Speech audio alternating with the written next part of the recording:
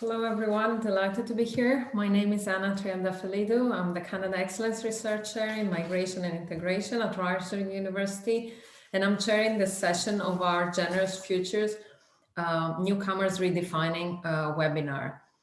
This is part of a series of webinars called Generous Futures, which are showing how the diverse identities, backgrounds, experiences, and perspectives of the philanthropic community are contributing to Canada, to Canadian society, and to our common present and future. We have had already sessions on Black leadership, women of color. Today, we're speaking about newcomers. Well, not really newcomers, but people of immigrant background. And there's more sessions to come in the coming months. Let me first start with a land acknowledgement.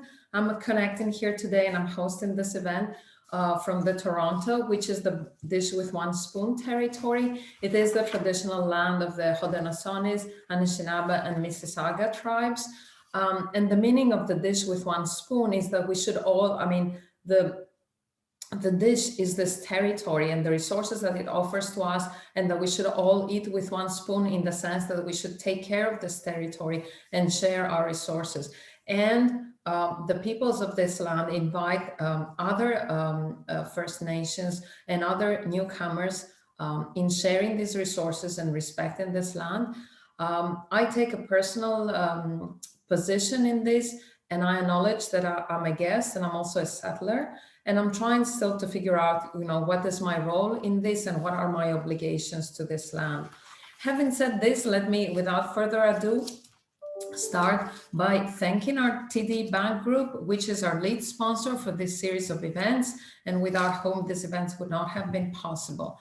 Today's event focuses on the perspectives of newcomers who have come to Canada, have succeeded in their professional paths, and have become important philanthropists. And we want to learn from their experiences, their perspectives, the resilience that immigration has brought in their lives, but also the importance of community that they have experienced in moving to Canada, in making their new lives, and very successfully, I should say, in this country. We will have a very interactive webinar. So I ask some questions to our distinguished panelists, and then we take also some of the questions that you have sent as you registered in this event. And we are delighted to have you all here and hope you will enjoy this event. Let me start by introducing a fantastic panel. First of all, Gina Parvaneh Kodi, who came to Canada from Iran in 1979. Gina is a professional engineer and has really made history twice. She was the first PhD graduate in building engineering from Concordia University back in the time. And she also made recently a $15 million gift to Concordia, to the engineering school, which is the first engineering school being named after a woman in North America, and I'll dare say probably in the world, but I don't know. And Gina was appointed as a member of the Order of Canada in 2020. During her life, she has held, as you can imagine, some very important and powerful, I would say, positions, both as an engineer and as a corporate executive. Welcome, Gina. Thank you. Second in our panel, I'd like to welcome Raj Kotari, another newcomer, old-comer, who has 40 years of experience in finance, asset, and wealth management, and has had a spectacular career in this field, and currently sits on the board of the Investment Management Corporation of Ontario, which is a huge pension plan. But beyond that, Raj has been very active in the philanthropic field, has pioneered, fundraising work for the arts, like for the Stratford Festival, in foundations like the Aga Khan Foundation and the Ontario Arts Foundation. And he's currently very actively involved in the University Health Network, really a very important network at this time. Welcome, Raj. Thank you. And third, I'm delighted also to welcome Mohammed Faki. You probably don't know Mohammed in person, but you know the Paramount Foods restaurants, delightful Middle Eastern cuisine. Mohammed came here to Canada in 1996 from Lebanon, and he has created a very successful business. Beyond that, however, he's been a very active philanthropist from early on, both in Canada and internationally, for the Cancer Society, Sick Kids Hospital, the Islamic Relief Worldwide.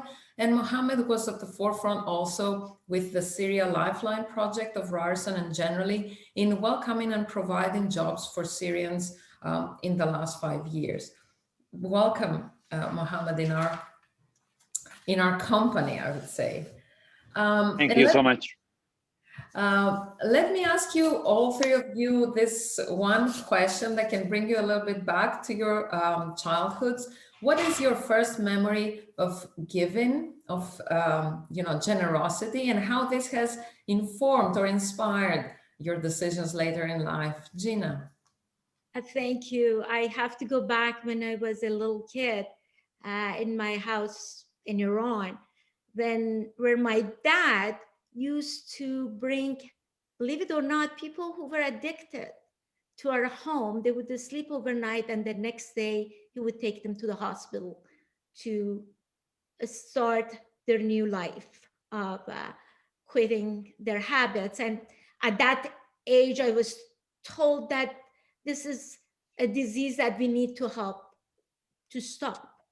Another one was my mother, who constantly, since I was a child, she always reminded me and my brothers and sister that the reason we are living in a life is just because probably maybe we were lucky. The social stature and the life we have is imposed on others by none of their faults at times. And when we see a poor person, we need to be compassionate. We need to have empathy. So she constantly will say that, and she was very, very giving when it came to seeing a person. And she would take, if I wanted to have an ice cream, I had to give it to a little child on the street, because she would say, you can have it tomorrow. She is the one that needs it. So just walk away and be able to give away what you have, because you are fortunate for what you are. So that is how it has been ingrained in me, and it stayed with me. Thank you so much. Yeah, indeed. These are how can I say, very precious childhood memories that often impact our later lives. Raj, what are your memories of generosity? And when I think about it, there's no one single occasion that I can pinpoint, because I was surrounded by the spirit of giving, about helping those who need help. It was a way of life at our home, especially with my grandfather in India and subsequently the rest of my family.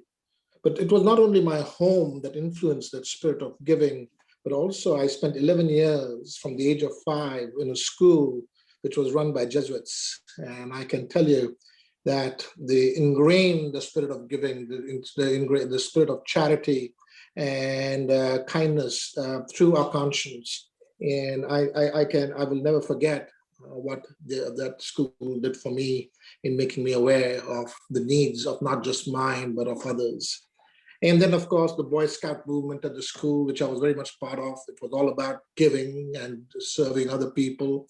But in later life, as you asked, how did it influence me? The concept of giving has become very important, and you can give it in different form. Then I know we will talk about that at some stage.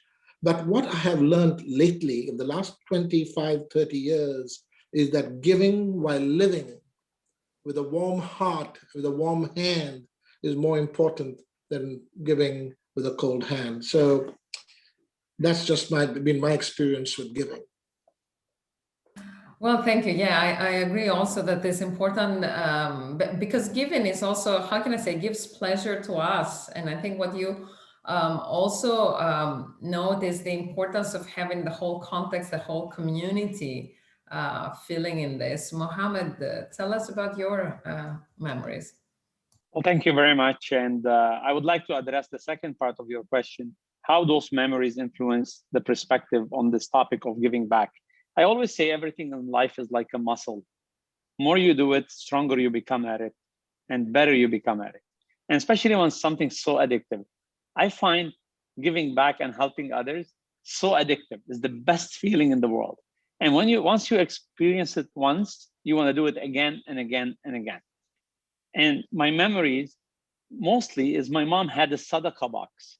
I remember there is a shoe company called Bata back in Europe and in Middle East, and she used to wrap it in a paper and write sadaqah on it, which is voluntarily giving, benevolent. And she used to give us $5 every day to buy a sandwich at school, and she used to give us 25 cents more. And she used to teach us to put that 25 cents in the sadaqah box. And in the end of the week, we used to gather that money and buy some food and give it to people in need. As you know, Lebanon is made out of different religions. And she always used to say, when there is a need, there is no questions. There is actions only. So when people are in need, you don't ask questions, people need action. And we used to go out and feed people with that. So that's one of the memories. And the second one, during the war in Lebanon, my mom actually got injured when she was in the street distributing food, mattresses, and pillows for people, Lebanese people, and people from Syria that came because of the war from one area of Lebanon to another area. And she actually decided to go in the street when there was bombing and there was a problem, because she thought that her kids has everything at home, but she wanted to actually go and provide other children for more things that they needed to sleep because they just arrived. And these two experiences, they helped me shape who I am today. I was raised to understand the importance of helping our fellow human being. And I truly believed always, when there is a need, there is no questions, there is only actions.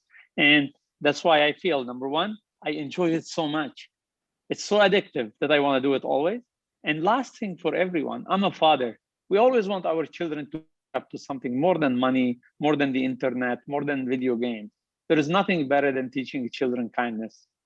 And I'm a child of someone that taught me kindness, and I try to teach my children kindness. So to everyone listening, if you want to teach your children something more important than anything you can teach them to be kinder to people. Well, you give me an idea with the sadaqah box. No, actually, Anna, what Mohammed has said is something so true, because your children learn from what you do, not what you tell them. They see what you do. And I can tell you this from from my kids, because I remember, because my kids have been going to Stratford with me since they were 7 years old, and I gave a small donation to Stratford. When there was an option to give another donation, I told my kids when they were just at university and two of them had just finished university, I said, let's give an amount X, and I want you to contribute part of it. The girls, of course, said, Dad, how can we afford to pay that much? I said, okay, let's divide it into three. So your three girls, all three of you give a little bit, and I will match it. And they loved that idea. They contributed towards that giving for over 5 years, because I had done that in the past. I remember my girls calling me from their school one day and said, Dad, there's a wall going up and we can donate something for each brick. So I'm going to put our names on the brick and say, Dad, will you contribute half the money that we put in? So the point I'm trying to make is what Mohammed has just said. People learn from each other, and your kids are the first people who learn from what you do. No, absolutely. I think, as you said, actions are more important than words. But you all three have been really active in your lives, in both in your professional careers, but also in giving. And I want to ask you, Gina. I mean, you are an immigrant woman in the engineering field. It's like you're a minority. How did this inform your experiences and your wish really to be a trailblazer? Being a woman in a area that is really not many men in that, and that it stands out for you, and you want to participate, you want to be successful, obviously, because this is ingrained in us. And as immigrants, we come to this country because we want a better life, and most newcomers are coming to this country for a better life, and they work hard and they succeed in that. So being in an engineering profession, when there aren't that many women, there has, it's very rarely, I remember most of my career, I was the only woman in the room. So that ingrains in you to work harder. I always believed as a woman, I had to be better than my colleagues who were male to be accepted equal. But when you are good and you prove them that their biases are wrong, then they will remember you. So then it becomes the positive point for you. So my notion to the women who are in STEM is don't give up, work hard. You belong in there as much as anybody else does. And when you do well and you succeed, they will remember it. Yeah, of course, that's you point very much to the element of representation. So there's more representation in the community that is helpful.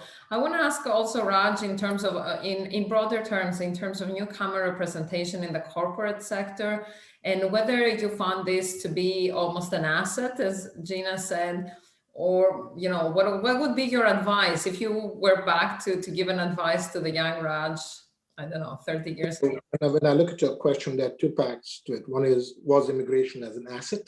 And secondly is, what is my advice?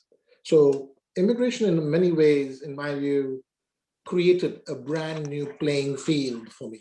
Okay, it was a new playing field, new players, etc. So there was no established network that I could go back to or rely on, or old habits that I had gathered from others. This allowed me to create and define my own new world, my path, and also, if I can say, build new networks and to become comfortable with the uncomfortable. And so at the end of the day, the immigration experience itself is what you make of it. Let there be no doubt about that. It is entirely in your hands, what we do with that immigration, what we do with that experience. It is important to remember that we made the choice to come to Canada. Nobody forced us to come here.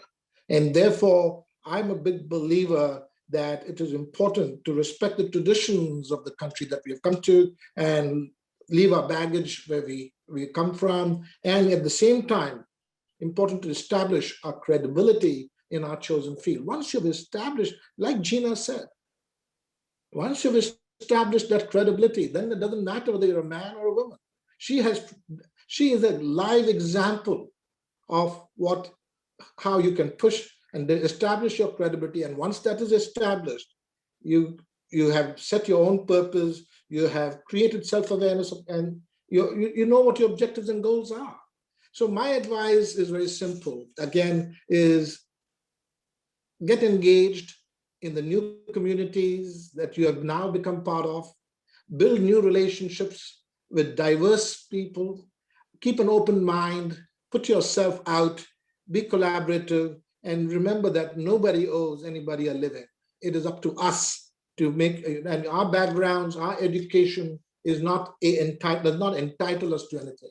You have to prove yourself. You have to do what and Gina is a classic case. Mohammed is a classic case of how they have taken their skills, adapted it as they needed it, and been successful. So it is all about, not only just about working hard, but working smart, building trust, and in your performance at the end of the day. No, definitely. I think what you said is very important. Of course, I want to emphasize as a migration expert that we, and I'll say we for, but also probably a lot of people in this virtual room, we also contribute to making this a diverse place. So it's not that we're coming into a box that remains unchanged. Agree. So I totally agree with you that we have to give it our best, but it's also an interactive process. And on this, I want to turn to Mohammed and ask, about what inspired you from, I mean, you came here, you started your business, but then you very quickly engaged with the communities and giving back to the communities. So particularly in those challenging times, what drove this, this passion in a way, and this engagement? I mean, it's very important what Raj and Gina said, and it's a combination. Even this question that you just changed, it's a combination of why we come to a new country. Definitely, like Gina said, to build a better life. But for me, it's to set a different example and to change what people think of the immigrant experience, of immigrants in general. To set a different example for me was that the Middle Eastern food wasn't represented right. The halal didn't mean what people wanted halal to mean. that Middle Eastern, someone Muslim like me, with name Mohammed, with a happy accent like mine, could set a very good career, hire people from all backgrounds, and give back to the community. And that this country is a beautiful place of hope, a place of opportunity for even the newcomer. I wanted to set an example. Don't let your accent stop you from succeeding. And don't make excuses why things are not available for you. Look at me. I'm a gemologist that decided to sell shawarma. Another example, don't let your study stop between you and what you love doing. If you study something and you finish that study, but you still want to change, go ahead and change it. And helping people during the time of crisis, for me, the best people, the best friend, you only want to surround yourself with friends and people that will high five when there is a problem, that they're good people when there is a problem. And it's an example. It's almost a test to all the people of this country. It's what legacy we're going to leave after this pandemic. Is it the legacy how we stayed at home and we watched TV all day long? Or what did we do? Is the legacy we're going to leave behind? How did we act when our country, the country gave us the biggest opportunity, had a problem? And I can tell you a story. In Lebanon, we used to, like a lot of times, sometimes the rations would begin to run out. And there was little food and bread and flour in the neighborhood. So my father would get his construction crew to go track some flour down. And he'll travel across the country with them to get that flour for people in our city. And when they got back, me and my brother would actually start helping to bake pita and give it to people. And people didn't have money to pay us. So I found myself thinking the same way during the pandemic. So that's what got me to get up and help. And giving back at such moment of a great national trauma was crucial for me. And it was also natural to help those who perhaps has previously helped me, because you always help, not because you want that help back, but I know that the universe will bring that help back when you mostly need it. And for me, it makes me happy. Money doesn't make me happy alone. I want to make money to be able to do more, to be able to really set more example. But the real happiness comes from that date booked on my calendar to help someone, because that feeling, beautiful feeling, comes back to me. So when we knew it was possible for us to give a smile back to some people that they are in need and they were impacted by this pandemic, and that's why me and my team said, let's get out and do something. I'm going to share something with you I haven't shared publicly very often. The first 2 months of the pandemic, I had to stay at a hotel. I used to see my children through a glass because I wanted to set another example to my team that helping to serve and keep Paramount open. You're not alone. I'm not going to sit at home because I'm the CEO and the founder and the owner. I'm going to come beside you and work beside you shoulder to shoulder.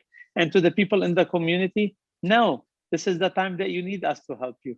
And I'm going to be there hands-on to cook for the homeless and the people in need. And not me alone. A lot of people saw me doing that. They came in and volunteered. No, I think that's very important what you said, the leadership. And also, yeah, I think that's a good message, especially a year on from the pandemic when we're all a bit tired and just thinking, when will this be over? To say, yeah, just think about the legacy and what kind of a society we want to be, particularly after the pandemic. And in relation to that, I want to turn to Gina and ask for what does your donation mean to you, and how do you think it can impact the engineering studies, not just at Concordia, but in Canada? Let's start from how I feel the life is as a whole for me. And I believe we have 3 stages in our life. The first stage of life is when we are nurtured by our parents, by our teachers, through university, high school, all of that.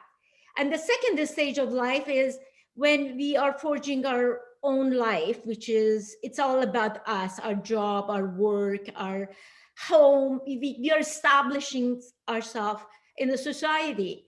And the third stage is giving back. And some people can mix the second and third stage of life. But to me, when I was able to forge on my third stage of life, which was giving back, I thought, what is the best way of doing that? And each person has got a different way of doing it.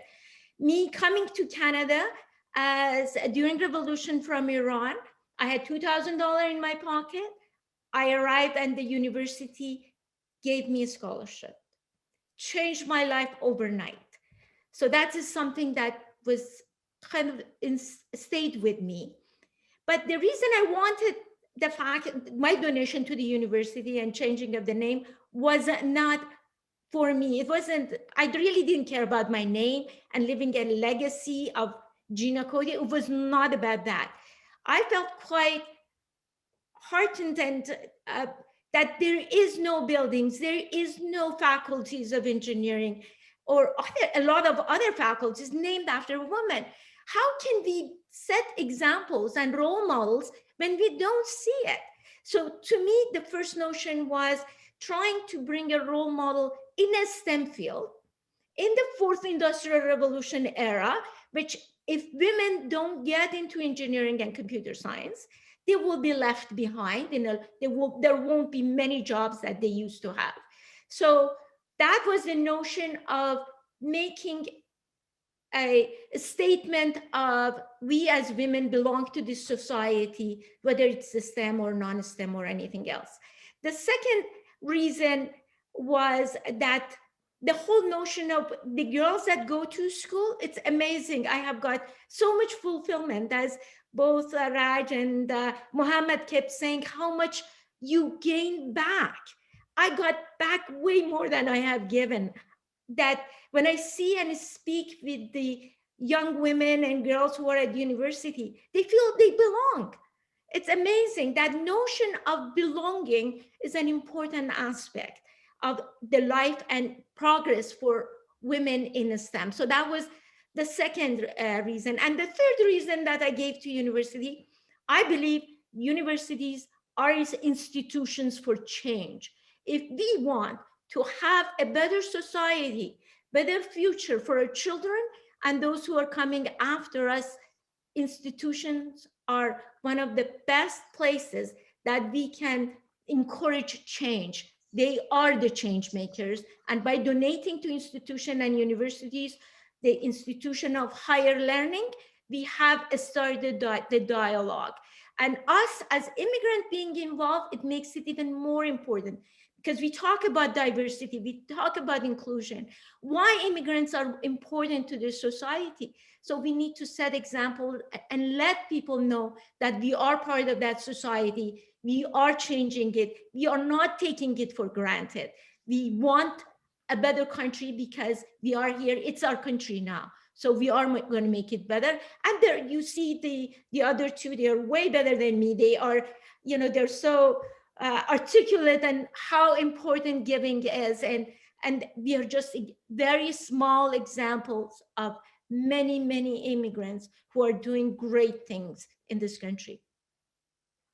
Yes, thank you, Gina. Absolutely, I agree with you. And it's the statement and it's the example. And as you said, yeah, I'm pretty sure that a lot of young women are being inspired and are looking up to you. I wanna turn to Raj because I know you've been very active as a volunteer, as a fundraiser, as a philanthropist in the healthcare sector, which is one of the most important now and for the future. And I wonder whether, in the health sector in particular, how can we build better bridges between newcomers and charities and health institutions? What has been your wisdom through your activity? I don't know about wisdom, but I will certainly give you my experience. First and foremost, I want to acknowledge what Gina has said. She talked about the importance of education, and there are two things that come to mind. Just like death is a leveler, education is a leveler. It brings people all on the same platform. It gives people equal opportunity. The second thing, what I really liked about Gina's things, what she said about educating women. I still remember my grandfather explaining to us, you educate a woman, you educate a family. You educate a man, you educate an individual. And then I think, Gina, you personified that through your giving and in what you have just said. As far as how we can get involved, to be honest, it's not just healthcare. I'm equally fond of arts and education. Arts is a means, also a window to your health in different ways. Again, I can go into that dialogue another time, but that's not the question. But I do want to emphasize that arts are the window to our community and to our society. Therefore, they are equally important. But today's need, and we can see why that need is so important. But giving back to healthcare institutions can come in different forms. It can be through time, it can be through volunteering of time, it can be money, and it can be your expertise. You may have an expertise in nursing or whatever, and you can give back in different ways. So there's no single bridge of how to give back. It is the desire has to be in, because again, why are you giving back? Why are you wanting to do it? Is going to be the driver. Is it because you want to network with other people who also think like you? Or as Mohammed said, at the end of the day, for me, it was the gratification. The gratification that I get, the joy that I get to the joy of giving. And that, again, can be an important element in driving what type of organization you want to get into and how you want to contribute. The easiest way to get involved and to make it a fun thing is also to get your family involved. I can tell you, both at UHN and at Stratford, my family has been, my kids and my wife are all involved. And so much so that my youngest daughter would say to me, Dad, Stratford is the best board you've been on. Don't ever get off that board. And the reason why she said that is because she used to go to all those black tie events when she was 9 years old, seeing for all the opening nights. But the point that the question is, how can newcomers get involved? How can newcomers get engaged in these healthcare organizations? Look, there are, as I said, the hospitals today are looking for volunteers. The senior care centers are looking for volunteers. They're looking for people to train who can come and relieve certain people of the work that they're doing. Even simple things like the queues that are forming for COVID vaccinations, people can be there to help manage those queues, manage the people who are coming. So there are a variety of ways you can do it. And there are tremendous, all these organizations, whether it be hospitals, whether it be various clinics, or whether it be old age homes. If you reach out to people there, I know they will find your way to get engaged. Yeah, absolutely. And yeah, it was certainly not my intention to undermine the role of arts. And I think, as you say, and right now as we're all confined, and we do realize that our mental health is suffering because we don't have these opportunities that we normally have. But I think you touched upon two important points, that any one of us can give. You don't need to have a lot of money, and that there are many ways to give, which can be to act as a multiplier, like the three of you have done, but also give your personal time or your personal money. And with this, I want to turn and ask Mohammed, so what, if you can give us some more insights as to what is the impact that people can achieve, even if they have little, little funding to give, or just a bit of their time, or act as, community organizers? Well, thank you very much for your question. And most importantly, I have to mention that like you listen to every one of us, we see giving the same, but a bit different. So Gina put it in 1, 2, 3. I maybe put it in 3, 2, 1. And maybe Raj will do it 2, 1, 3. So for me, is giving has been since the day one, that even when I didn't have money. And for anyone out there that think they need a lot of money to start giving, I can show you that that's not true, because giving your time, sometimes even smiling to someone, helping them, explaining to them where they go shopping, how they rent a house at their first arrival, it could be a biggest help to them. A lot of people helped me by picking me up to the airport, arranging for me my first basement apartment where I lived with 2 other people in the basement. So you don't need to donate a lot to make a difference. Many of the campaigns we do succeed because a lot of people together give very little money. And there's nothing better than when you feel that people are giving very little money, and some of them giving nothing, but they show up to Regent Park every Sunday. We're going to be the Sunday cooking 500 meals there too. And people show up and they build a friendship there. And it becomes a place to go every single Sunday morning. Like you go to a gym, but that's a better for your spirit, for your soul. When you go there, help someone, put a smile on someone's face. You may be not changing their life, but for sure you're making their day better. Money is only one way to help. We need people to donate their time. We need people who will give their energy and positivity. Grassroots charity campaigns are built on enthusiasm. Even if you have nothing in your bank account, you have a plenty to give. I want to warn you though, helping people is addictive and it gives you a good feeling, and people like having those good feelings, especially in dark times. So once you begin, you may not be able to stop. But for me, it didn't start after I had money. I'll always remember there was a problem in a church in Mississauga, and I had $27,000 in my whole company bank account. And the problem would have shut down the church. And that was close to Thursday, and they wanted everything resolved by Sunday. And that problem costed almost $22,000 to resolve. So I decided to actually cut that check. They told me that they're gonna try to fundraise some money, and if they fundraise more, they'll give it back to me, because they knew I had no money anymore left. And I had a company with one store, very busy weekend, only with $4,700 in my pocket. But let me tell you something, that was one of my busiest weekends, because the church brought everyone on Sunday after the church to come supporting Paramount. And those customers until today, they're good, loyal Paramount customers. So I started even by like volunteering at a senior home when I didn't speak English at all. And I was still living in that basement apartment, because that's how you build a community. And I need to comment a little bit about the fact why people would donate to a university or to anything else. I always say you have to see something to be something.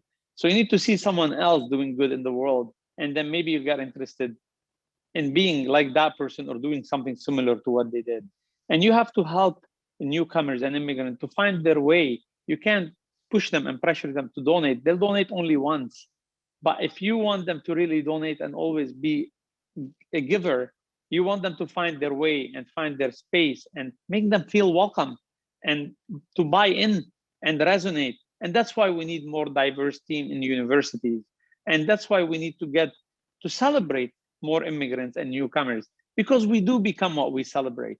And if we want them, we want to tap into their money and their giving, right? We need to show them that our boards and our highest office in the land is open to be occupied by immigrants, and that university highest office it's okay to be occupied by Mohammed Lashimi. And like Ryerson sets that example. We need to set those examples if we want to tap to the money and success of immigrants. Yeah, well, so thank you very much for the very rich experience, and I agree with you. And I think we said from the beginning that the representation and showing the way is so important, because particularly for young people or for people who recently arrived, this really gives hope and courage and resilience to make their way. And actually, I want to ask a question that is probably from all three of you, and it's a question that comes from the public, from the questions that were sent to us through the registration. If you have, so we have someone asking that they're working for a foundation that for a company that has a wide board of directors and executive director, and they're trying to fundraise. How can they try to influence their company and make their board more diverse? How can they persuade them? And also, show how different communities in Canada are weighing on philanthropy, and this is important. So Gina, I'll turn yes, this. I can start. First, I wanted to follow up on Mohammed, something that he said, which was quite right. Something that you have to remember, you don't turn on the kindness like a switch of light. Kindness and giving is something that from childhood is in you. And if you don't have it, hopefully you will learn it from others who are kind to you. So giving is always through your life. The only thing that I believe that after I was able to sell my company and retire, and as Raj says, to rewire, it's to start something because I have time. When I was working 9 hours a week.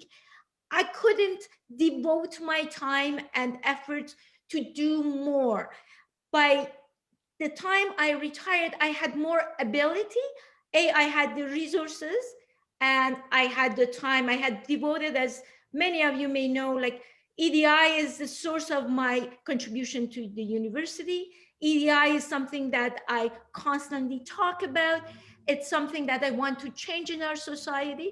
But now getting back to your question about changing the whiteboard on a, one of the most important things that companies have to realize is the studies have shown, if this was done by McKinsey and company, that companies who are more diverse are way more profitable. It was shown that it's 30% and 20%. 20% when they have diversity in gender, there's a gender equality in the executive, and that increases to 31% when you have diversity in the people who are in executive positions.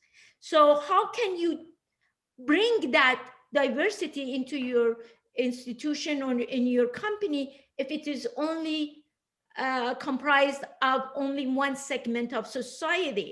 So these days, the companies realize if they want to be profitable, it's a good business. It's not just ethically and morally right. It's a good business to have a diverse and equal society. So that's, I think, in a nutshell, if the executives or the people who are running the company are aware of the business aspects of it, I think they will have a more diverse board members. Yes, thank you. That makes sense. I don't know if I think Raj wants to add to this. I don't know if I want to answer, but I would certainly say diversity is not just a good thing to do, but it's a business imperative, as Gina has said. And she has quoted so eloquently all the stats from McKinsey. But the fact is, and what Mohammed said earlier about Mohammed, the other Mohammed being the president of Ryerson, this is happening in top schools. Look at Harvard Business School, 2 years and 2 people in a row. The current chair of Harvard Business School is Shrikant Datta. Before that, it was Nitin Noria. So again, you look at the top business school, this is happening, albeit it is not happening fast enough. It is not happening fast enough in our corporate world or other major institutions. And I know there have been certain moves, and certain people like Victor Dodig and others have all joined for creating what is called, at least having 30% women on boards. Now there's the whole BIPOC movement, which is basically saying we must have a proportionate number of ethnic diverse people on the board, etc. So these are all good moves in itself. I'm not a person who believes in quotas, but I do believe encouragement, and the sooner corporate Canada and the rest recognize what this population is considered. Today, more than 50% of Toronto's population is not born in Toronto, number one, and number two is diverse. So how do we make sure that the consumers and etc. we are trying to ultimately fulfill, so to meet their needs, we also have their representation on our board. So it is unfortunately a slow process. We need to keep knocking at the door. There are some great leaders out there who are making sure that this point is being delivered. The securities commissions are trying to grapple around how to make it happen. They have not yet got that formula right, but they're trying. It is, what did it say, comply or disclose or something of that nature. But it's a tough scenario. We have to break through. We have the communities that represent Toronto have broken through the glass ceiling in different ways. This glass ceiling is also going to break. It's only a matter of time. And we have to keep at it. We have to keep demonstrating that we as minorities are as good as anybody else. No, I agree with you. It's happening, but it needs to be, it doesn't. I want to say something about this, Anna. And I think the person I want to address, Yeah, I want to address the person who actually asked the question. And I want to tell them to make a difference in life is going to have to hurt a little bit. And I think him asking or her asking that question, it already is an opportunity for them to make a real difference. But they need to be prepared that making a real difference in life will hurt a little bit. So if they realize that their company has a whiteboard, it's their opportunity to speak out, to stand up and speak out and talk about it and start the conversation. And the worst thing can happen is they don't belong to that company. But guess what? That big company don't belong to your life. If a company still in our time today does not realize that they can't have a whiteboard only, just because that means they don't hire for attitude, and they don't hire for skills, and they don't hire with respect to the way our street look like, to make sure their board reflect the way our street and our community look like. This is not a company that you want to look up to, and this is not a company you want to be in. And you owe them really the heart that you have, the idea that you have, to be put in front of them and say, this board is too white, in the most polite way. This board is white and should be representing the street of Canada and the rest of the employee of this company. And if they're not, they're the right people for you to be around. And that's a big reason for you to leave. And by you leaving, hopefully you'll create a chain reaction. A lot of people would leave that company until they realize, I truly believe diversity is not the choice. Diversity is a fact. Inclusion is a choice. And that board is deciding not to include everyone. So it's a decision. Diversity, we're born different. We're born, me and Raj and Gina and everyone, looking different. That's a fact. Inclusion is the choice. And they're deciding not to include, don't include them in your life. You have a better life to build. A lot of companies would like people that will bring that conversation to the table, will not only like people like you to be hired, we will celebrate people like you to be hired in our company. So don't let that company define you. You try to make that change. Don't sit back, witness something that you don't agree with, and doesn't matter. The worst thing can happen is very good thing that could happen, because you could spark a change and you could be that change. That's very well said, actually, Mohammed. It is actually what Gandhi also said. You have to become the change that you want the change to be. Yeah, of course. I mean, okay, I want to play a little bit devil's advocate. I say this is all very inspiring, but probably in real life, people are, I mean, it's more than hurting. It's like, take the risk. And of course, the risk, and I also believe that eventually in life, there is a balance. So when you do good, it will come back to you. So, and also when you take a risk, most likely it will come back to you in a positive way, maybe not immediately. No. But there is this balance. But Anna, it's either we're saying lip service or we're saying reality. Reality is what Gina said. Companies that has diverse boards, diverse staff, they hire for attitude and skills, are more profitable. So that company is automatically, even if they're profitable, I've had a public conversation with people that they think their company is making $100 million without giving back to the community. So why should they? Because they don't know that that company with the same business could have made $400 million. But they're just happy with the 100. There is another 3 they haven't discovered because they're detached to the community. And that community with the whiteboard is not realizing that they could have made much more money, right? By belonging more and building a sense of community. Their staff will make the profit. Board members don't make a profit. Your employees are your number one most important asset you have. And if they feel that the board is in la la land, still living that all white people or all Muslim people or all dark people or all Chinese people can create a board in Canada, in a country this diverse, they're in la la land, and that person should not waste their life being there. And if they lose that job, a lot of jobs like it will be available to them. But yeah, it has to hurt. Making a difference has to hurt. It has hurt me. When I fought hate crime, they came after my children. It did hurt me. It cost me hundreds of thousands of dollars. But I wanted to do one thing I said in the beginning of the session. Set an example that hate will never win in Canada. And you will not intimidate us because we came from different background or different religion. We're Canadian, and Canadian is a Canadian. And I will not be intimidated because of things I didn't do, because of where I came from. No, definitely, as you said, diversity is a fact, but equity and inclusion is something we build every day, and we need to engage with our communities. And this is my last question for you, in asking you also to give us, our takeaway message is what can we do? I mean, to bring newcomers closer to philanthropy? What would be a tip in, and particularly at this moment in the building back better, as we hope that we can leave the pandemic behind and look towards a brighter future? And always a crisis, I think, has the seeds of change in it. And what is the role that newcomers can bring in philanthropy, and what is the message that you want to leave our audience with? And I'll start again with you, Gina. I think as a newcomer or as a citizen of a country that we love so much, we need to be the change maker, and we need to try to be the best version of ourselves at all times. I will just finish by the Persian poet Rumi said something. You are not a drop in the ocean. You are the entire ocean in a drop. So every one of us are an ocean in a drop. So we can be the change maker.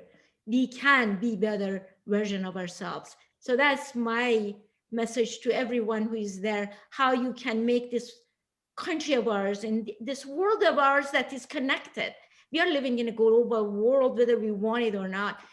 How can we make it a better place for those coming after us?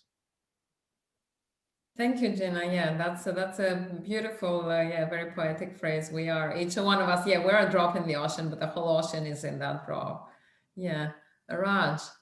Well, how can you beat that beautiful quote from Rumi, one of my favorite poets, other than Khalil Gibran, also from Lebanon, Mohammed, another favorite poet of mine. But I think of a story of a little kid walking on the beaches on California. And as he's walking down, he sees the starfish, all these starfishes that have come to the shore. And he picks up a starfish, throws it into the ocean as he's walking by. He cannot pick up every one, but he picks one, walks again, picks another one, throws it to the ocean. An old man who's walking behind him says, "Son, what are you doing? Why are you throwing these starfish back into the water? What difference does it make?" He picks up another one, throws it back into the ocean, and says, "It made a difference to that one." So the point that Gina made, each of us can make a difference. And that is the important thing to remember. And that difference can be made in different ways, either standing up, as Mohammed said, or it can be made by building trust, by getting engaged in whatever form, whatever way you can in giving back, whether it be through money, whether it be time, whether it be your expertise. So all I can say is we all can make a difference. Do not be worried. Do not compare as to how somebody else is making a difference. You carve your own path, and you determine how you want to make that difference. Yeah, very good point. Yeah, because I think we can also be sometimes, a little bit kind of disillusioned and think, why aren't other people making the first step? Yeah, but I think asking ourselves what we can do and build the trust ourselves, rather than wondering why there is no trust. Mohammed, I think you want to add something to that, although you gave us your inspiration. No, definitely. I mean, Gina and Raj went to poetry on me, so it's very difficult because I'm not good with that. But look, I'll tell you one very important point for me. It's been always that way. I will never let where I came from, which is something that it's positive, I'm very proud of. I love Lebanon and I love Canada, and I love them like I love my mom and dad. You love them both, but you love them in a different way. So I'm very proud from where I came from. And I will never let anyone tell me that my accent or my name or my religion should stop me. And you're right, Anna. If you want something done, you do it yourself. You don't wait for somebody else to initiate it. And during a pandemic, let me tell you, immigrant had a very big and strong opportunity because, my Canadian team, the people that they were born here, which is I'm Canadian, I'm proud Canadian, but Canadian born, they were like, let's cut the staff and let's just not open any new businesses. This is where the experience of an immigrant come to play, an experience of someone that was born in a war. And my dad always said, I can't wait to hire more people and build new businesses. As soon as the war stopped, he was ready to go, ready to start the new businesses. What we did, we used the experience of the people that had different experiences, and we built businesses during the pandemic. I opened 7 shops during the pandemic, new businesses, new concepts. So this is what you need to understand, all of you. Philanthropy is giving back, and there is nothing better for your business, nothing better for your life. We operate Paramount under the 3 Ps for the 4th to come. Profit is destination in Paramount. People first, purpose second, planet third, for you to get a profit.